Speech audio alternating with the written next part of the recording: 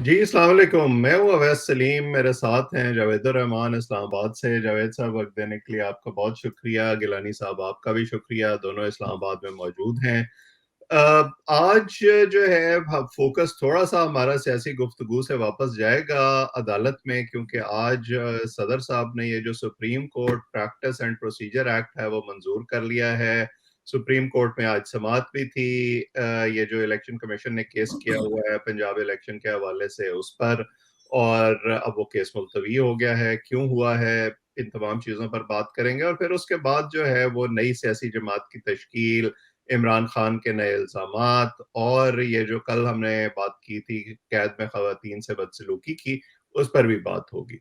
तो गिलानी साहब, सीधा मैं आपके पास आता हूँ। ये जो बिल मंजूर हुआ है, जरा हमें बताएं ना कि ये बिल है क्या, और अब क्योंकि ये बात शुरू हो गई है कि इसके तहत जहांगीर तरीन और नवाज शरीफ की वापसी का रास्ता हमवार हो सकता है, वो कैसे होगा?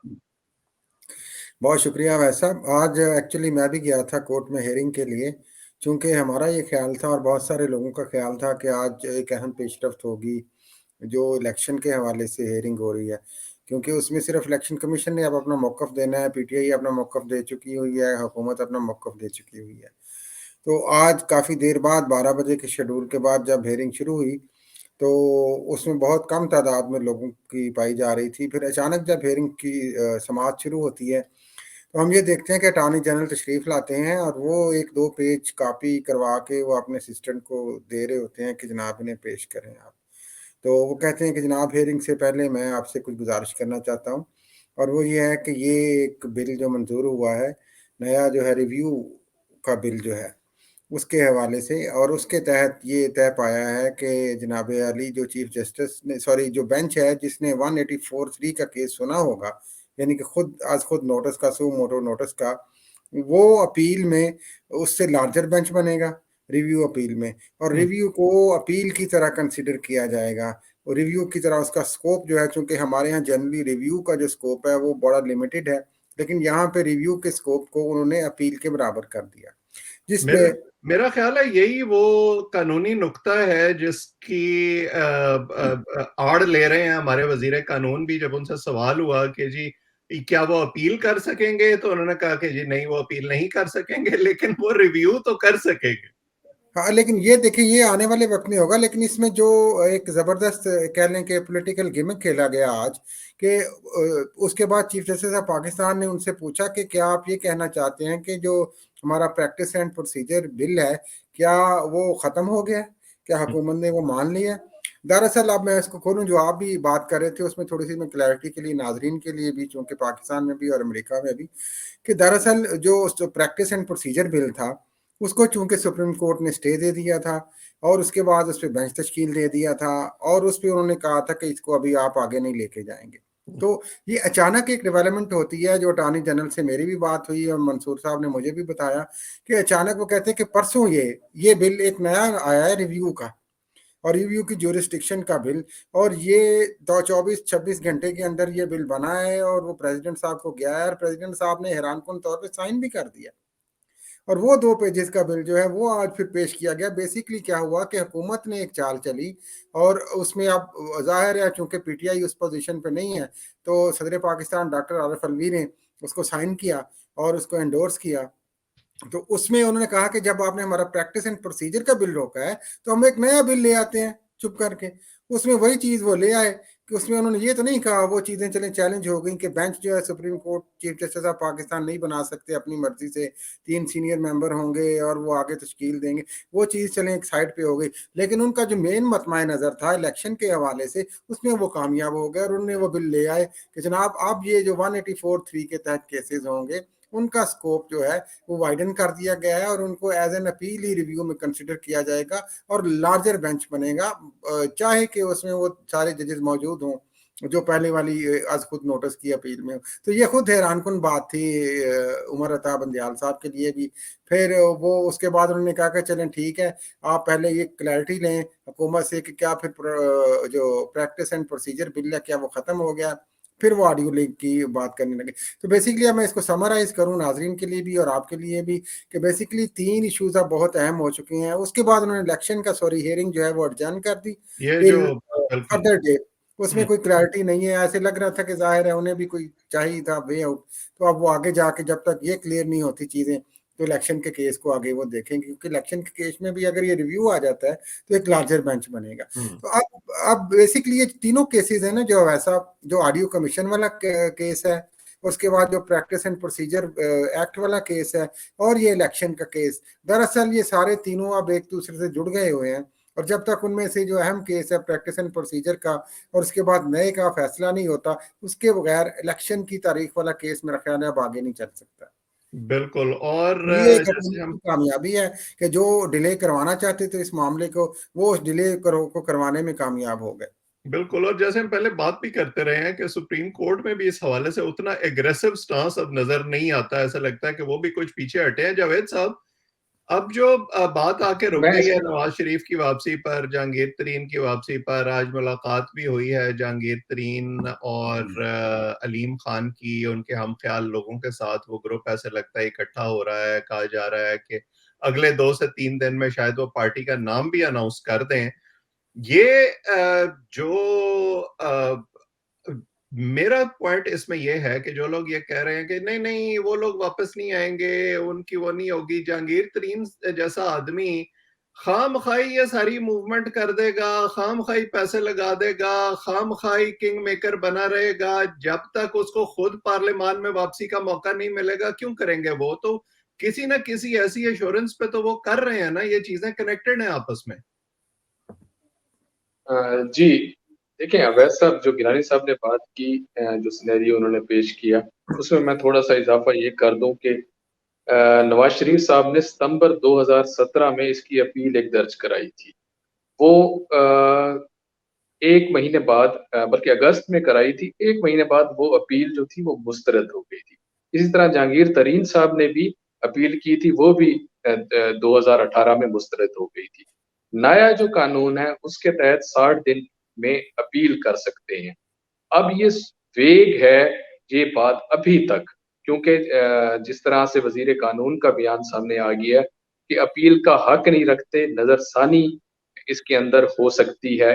ये बात जो है इसको कनेक्ट करती है कि कहीं ना कहीं कहीं जाकर जिस तरह हमारे आइन के मुतालिक एक बात की जाती है कि ये मोम की नाक की तरह, ये हम नहीं बात करते, ये सियासतदान बात करते हैं, मोम की नाक की तरह कभी इधर कभी उधर घुमा दी जाती है।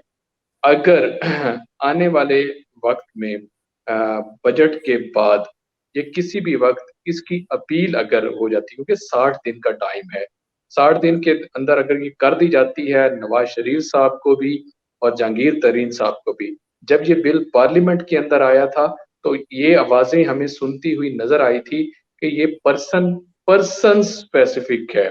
उसके अंदर 2 नाम आए थे, जिन 2 नामों का आज जिक्र हो रहा है। अगर आपको याद हो अवैध साहब, उस वक्त भी जब ये बिल पास हुआ था हमने इस चीज का जिक्र किया था कि नवाज शरीफ साहब को और जहांगीर तरीन साहब को इसके बेनिफिशरी हो सकते हैं।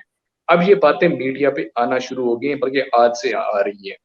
तो आने वाले दिनों में कुछ ऐसा आने वाले हम एक महीने बाद कहीं ये मूव हो सकती है कि नजरसानी के चक्कर में इनको रिलीफ मिल जाए और हमें इस मंजरनामे में, इलेक्शन के मंजरनामे में जहांगीर तरीन साहब उभरते हुए नजर आए। और जहां तक आपने पार्टी का जिक्र किया, जोरों शोर से ये काम जारी है। अ, जहांगीर तरीन साहब गठजोड़ कर रही हैं, मुलाकातें कर रही हैं, लोगों से मिल रही हैं, लोग उनसे मिल रही हैं। और जौक दर जौक जिस तरह से वो पीटीआई में गए थे, इनके साथ भी वो राब्ते जारी हैं। अब एक जंग सी चल पड़ी है। इलेक्शन कैंपेन इस तरह से समझें, टेस्टली ये उसका आगाज हो चुका है। जिस तरीके से सिवाय पीटीआई के पीएमएलएन, पीएन, पीएमएलक्यू, पीपल्स पार्टी और जहांगीर तरीन साहब की जो पार्टी है जो अनाउंस हो जानी है, उसमें काम पूरा स्टार्ट हो चुका है। वहां गठजोड़ हो रही हैं, मुलाकातें हो रही हैं, लोग मिल रहे हैं, लोग अपने पैगामात पहुंचा रहे हैं। पैगामात क्या है कि हमें टिकट दिया जाए, कहाँ हमने खड़ा होना है, सब लोग पर तोल रहे हैं। जो साइड पर हुए हैं उनका थोड़ा सा अभी तक नहीं पता। वो जो जिन्होंने अभी इस्तीफे दिए हैं, इस्तीफे दिए हैं और पार्टी से ये कहा कि सियासत से हम किनारा कश हो रही हैं, उनका हमने देखना है कि क्या वो आखिर तक यहाँ इलेक्शंस तक किनारा कशी इख्तियार करते हैं, या उनको कोई ऐसी इजाज़त मिलती है, या वो खुद सामने आते हैं। ये थोड़ा-सा वेग है, बाकी सब चीज़ें क्लियर हैं इस मामले में। बिल्कुल। और मैं जैसे पहले भी कह रहा था कि ये सारे लोग जो एक तरफ से दूसरी तरफ मूव करते हैं, उसमें सिर्फ इशारा नहीं होता, बहुत सारी एश्योरेंसेस भी होती हैं आगे टिकट की, और उसके बाद इलेक्शन की, और उसके बाद ये सारे मामलात तय पाते हैं। हर इलेक्शन से पहले हम ये सिचुएशन देखते हैं। जी गिलानी साहब, आप कुछ कह रहे हैं? मैं ये कहना चाह रहा था कि ये जो बात जावेद साहब कर रहे थे उसमें हम थोड़ी सी क्लैरिटी ले आए नाजरीन के लिए। ये जो इशू है जहांगीर तरीन साहब वाला और नवाज शरीफ साहब वाला, बेसिकली आज लॉ मिनिस्टर साहब ने ये कहा है बेशक कि वो अपने अपील का हक इस्तेमाल कर चुके हुए हैं। सो बेसिकली उनका इशू अपील का नहीं है, उनका इशू है जो उनको ताहयात डिस्क्वालीफाई किया गया है, तो उसकी वो रेमेडी चाहते हैं कि चलें सज़ा तो आपने भुगत ली, लेकिन ताहयात जो डिस्क्वालिफिकेशन है उसकी कोई लिमिट मुकर्रर की जाए। तो वो जब मुकर्रर होगी या उसके लिए जाएंगे तो फिर दोनों को बेनिफिट मिलने का चांस है, लेकिन इसका आने वाले दिनों में पता चलेगा। सो अपील का इशू नहीं है इन दोनों साहिबान का, ताहयात नाअहली का है। जी, बिल्कुल। झगड़ा और ही जब यही है गिलानी साहब, इस टाइम तो झगड़ा ही यही है कि वो इलेक्शन में हिस्सा लेंगे या नहीं लेंगे। बाकी सजा वाला मामला वो तो गया, वो तो अब उतनी अहमियत नहीं रखता। बिल्कुल। और जहां उनके वापस आने की बातें हो रही हैं गिलानी साहब, वहां पे इमरान खान साहब का खतरा बढ़ता चला जा रहा है कि वो इलेक्शन में नहीं होंगे। कभी वो बयान देते हैं कि मुझे ये मारना चाहते हैं, कभी वो कहते हैं मुझे नाअहल करना चाहते हैं, और आज तो एक इंटरव्यू में राना सनाउल्लाह ने इस ख्वाहिश का इजहार भी कर दिया है कि इमरान खान का मिलिट्री ट्रायल होना चाहिए। तो ये चीजें जा रही हैं फिर उस तरफ। लेकिन देखिए कोशिश तो उनकी है। देखें वो तो पहले भी इनडायरेक्टली जो राना सनाउल्लाह साहब अपनी ख्वाहिश का इजहार कर चुके हैं, वो तो ये भी ख्वाहिश का इजहार कर चुके हैं कि इमरान खान साहब को सियासत में नहीं होना चाहिए, और वो इनको नासूर करार दे चुके हैं, फितना और फसाद करार दे चुके हुए हैं। और वो भी ये ख्वाहिश का इजहार पहले भी कर चुके हैं 9 मई के बाद कि इमरान खान साहब का भी अगर कोई ऐसी हमें एविडेंस मिलती है तो मिलिट्री ट्रायल होना चाहिए। इस बात का देखें इमरान खान साहब को भी खदशा है, लेकिन आज इसमें थोड़ी सी एक डेवलपमेंट हमें और पंजाब में नज़र आती है कि जो हुकूमत पंजाब है उसने जो नई JITs बनाई हैं इन्वेस्टिगेशन के लिए, उसमें जो जिना हाउस के हमले की JIT है, उसमें उन्होंने इमरान खान पे जो साथ में पर्चा दर्ज किया था, उसमें उनको शामिल तफ्तीश होने के लिए मेरा ख्याल है पर तोड़े जा रहे बुलाया हैं। गया है, बिल्कुल जी, GIT ने तो अगर बुलाया। ऐसी कोई सूरत हाल होती है तो ज़ाहिर है कोशिश ये की जाएगी कि उनको उसी उसी केस में फँसाया जाए, जिस केस पे सारी उनकी बाज़ी पलटी है। लेकिन मेरा ख़्याल है कि इसकी अभी क्लैरिटी नहीं है, आने वाले दिनों में पता चलेगा कि उसकी क्या सूरत हाल होगी। बिल्कुल। तो जावेद साहब, दूसरा जो एक मामला हमने कल डिस्कस करना शुरू किया था, वो था ये जो इल्ज़ामात आ रहे हैं PTI की ख़वातीन से बदसलूकी के कैद के अंदर। उसमें अब मेरा तो ख्याल है कि इंक्वायरी का जो मुतालबा है वो बड़ा जायज़ है, लेकिन आज वो हुकूमत ने कोई 2 पुलिस अफसरान ख़वातीन पेश कर दी हैं सामने, जिन्होंने कहा कि नहीं, नहीं ऐसा कुछ नहीं हो रहा, प्रोसीजर के मुताबिक हो रहा है सारा कुछ। ये जो सरकारी तरदीद है, ये काफ़ी होगी आपके ख्याल में? हरगिज़ काफ़ी नहीं होगी। इस तरह से एक छोटी-सी प्रेस कॉन्फ्रेंस करके ये तअस्सुर कायम करना कि ऐसा कुछ नहीं हुआ, ये बल्कि वसवसों को जन्म देता है। हुँ, पहला वसवसा जो अब तो क्रिएट कर दिया आपके राना सनाउल्लाह साहब ने रात 12 बजे प्रेस कॉन्फ्रेंस फरमा के। हुँ, उसमें जब किसी को पता ही नहीं है कि क्या हो रहा है, जिस तरीके से ये कि क्या कुछ ऐसा होने जा रहा है, कुछ हुआ है या नहीं, लोग खुद ब खुद सोचने लग जाते हैं कि क्या ज़रूरत पेश आई रात 12 बजे उनको ये बताने की कि एक प्लान ऐसा बनाया जा रहा था। हालाँकि अगर ऐसी बात नहीं थी तो आपने कह देना था, और जैसे हमने पहले कहा कि अगर कोई ऐसी ऑडियो है, तो सामने ला के क्लियर कर दें, ये ऑडियो थी, ये हमने पकड़ ली है, इसकी ये ऑडियो थी और इस बंदे को भी हमने पकड़ लिया है। फिर बहुत ज़्यादा चीज़ें क्लियर हो जाती। आज जो ख़वातीन ने जो जिस तरीके से जो कमिश्नर साहिबा हैं और पुलिस साइड से थी, उन्होंने आके बात की है कि अंदर कोई ऐसा मामला नहीं हुआ। ठीक है, बिल्कुल नहीं हुआ होगा और अल्लाह करे ना हुआ हो, ऐसी चीज़ ना हो तो ज़्यादा बेहतर है। और लेकिन क्यों ज़रूरत पेश आ रही है, तहकीकात सामने लेके आ जाएँ। हुँ, एक कमेटी बाकायदा बना दें, ताकि जिस किस्म के वसवसे हैं, जो चीज़ें हैं, हमारे यहाँ तो यही होता है ना कमेटी बनती है, वो सामने चीज़ें को ला देती है। उसके बाद उसको कबूल करना, ना कबूल करना ये अलग बात है। वैसे आज 12 मुल्ज़मीन से रिलेटेड फौजी अदालतों की दरख्वास्त जो है वो मंज़ूर हुई है। हुँ, एक डेवलपमेंट आज ये ज़रूर हुई है। बिल्कुल। बाकी सिलसिला उसी तरीके से जारी है, वो जो लोग छोड़ के जा रहे हैं वो बल्कि बढ़ता जा रहा है। आने असल में वाले वो दिनों में लोग अभी अब ज़रा किन उतने मारूफ नाम नहीं है ना, वो अपने-अपने हलकों में शायद मारूफ होंगे, कौमी सतह पर नहीं है, तो इसलिए उन पर उस तरह से मीडिया का फ़ोकस नहीं है, वो खबर नहीं बनती उस तरह से। बिल्कुल। तो मैं ये भी अर्ज़ करता हूँ वैस साहब के ये जो बात कर रहे थे कि ना सिर्फ राना सनाउल्लाह साहब ने 12 बजे प्रेस कॉन्फ्रेंस की, उसके बाद कल हमने डिस्कस किया कि जो पंजाब के वज़ीर इत्तलात हैं आमिर मीर साहब, उन्होंने भी एक ट्वीट की और बयान उन्होंने दागा कि जनाब ये एक्चुअली इतने हैं और उन्होंने कुछ आदाद-ओ-शुमार बताए।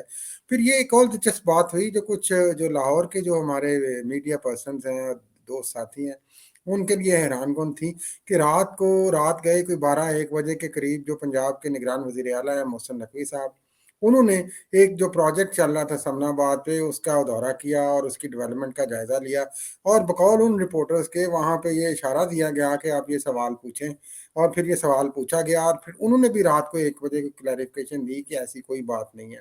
फिर हुँ, उसके बाद सुबह हम देखते हैं कि डिप्टी कमिश्नर जो एक खातून है लाहौर की राफ़िया हैदर साहबा और फिर जो एसपी इन्वेस्टिगेशन है वो भी एक खातून है अनूश उनका नाम है आई थिंक। अनूश तो ये मसूद। गई वहाँ पे और उन्होंने वहाँ पे जाके ये देखा और उन्होंने कहा जी कि फिर उन्होंने वही अदाद-ओ-शुमार दोहराए कि 9 या 10 के करीब जो है ये जुडिशियल रिमांड पे हैं और एक डॉक्टर यास्मीन राशिद हैं सेपरेटली जिनका ट्रायल चल रहा है।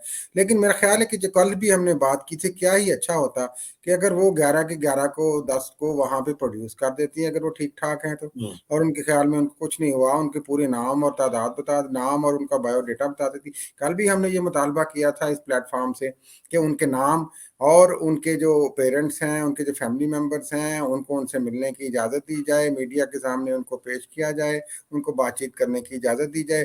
देखें ट्रायल तो आप कर ही रहे हैं उनका अगर उनकी बराह रास्त शमूलियत है उन ख़वातीन की आप समझते हैं, जिन्ना हाउस के हमले में, तो लेकिन ट्रायल का मतलब ये तो नहीं आप और आप खुद पंजाब हुकूमत जब कहती है कि हम ख़वातीन का बहुत एहतराम करते हैं और वो हमारी माएँ-बहनों और बेटियों सब साझी होती हैं और ये कि पंजाब में ऐसी कोई ट्रेडिशन नहीं है। जब ट्रेडिशन नहीं है तो मेरा ख़्याल है कि इसको सिर्फ़ क्लैरिफ़िकेशन तक नहीं रहना चाहिए। इससे मेरा ख़्याल है कि पंजाब गवर्नमेंट का इमेज और वफ़ाकी हुकूमत का इमेज इस सारे मामले में और बेहतर होगा, अगर वो इन ख़वातीन को मीडिया के सामने पेश करते हैं और इनकी बाकायदा डिटेल्स शाया करते नहीं हैं। बिल्कुल, कहीं न कहीं कुछ गड़बड़ तो ज़रूर है, मैं वैसे इससे डिसएग्री करूँगा कि पाकिस्तान में इस तरह की ट्रेडिशन नहीं है। हमारे यहाँ तो आम हालात में पुलिस जो है वो बदसलूकी करती है ख़वातीन कैदियों के साथ।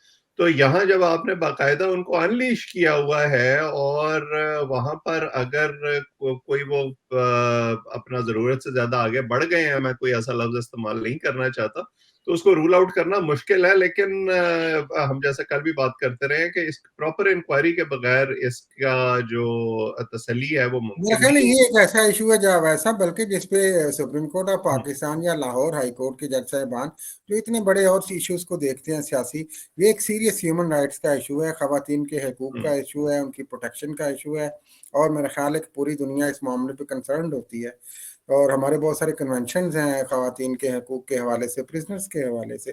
तो उनको मेरा ख्याल है जो हम तो अपील कर सकते हैं chief justice Lahore high court से कि वो एक कमेटी तश्कील दे दें, जुडिशल कमीशन दे दें, कोई जज साहब को वहाँ भेज दें जो जाके वहाँ बिल्कुल पे और पूछें। बिल्कुल हम इन तमाम चीज़ों पर बात करते रहेंगे। अब कल का दिन जो है वो बड़ा अहम होगा इस हवाले से कि इमरान खान साहब जेआईटी में पेश होंगे। सुप्रीम कोर्ट में हुकूमत जो है वो मज़ीद क्या क्लैरिटी फराहम करती है इस नए कानून के हवाले से और क्या जहांगीर तरीन की पार्टी जो है उसका नाम सामने आता है या नहीं, इन तमाम चीज़ों पर हम नज़र रखेंगे और आपके सामने लाते रहेंगे। आप इस चैनल को सब्सक्राइब करें ताकि हमारी गुफ्तगू आइंदा भी आप तक पहुँचे।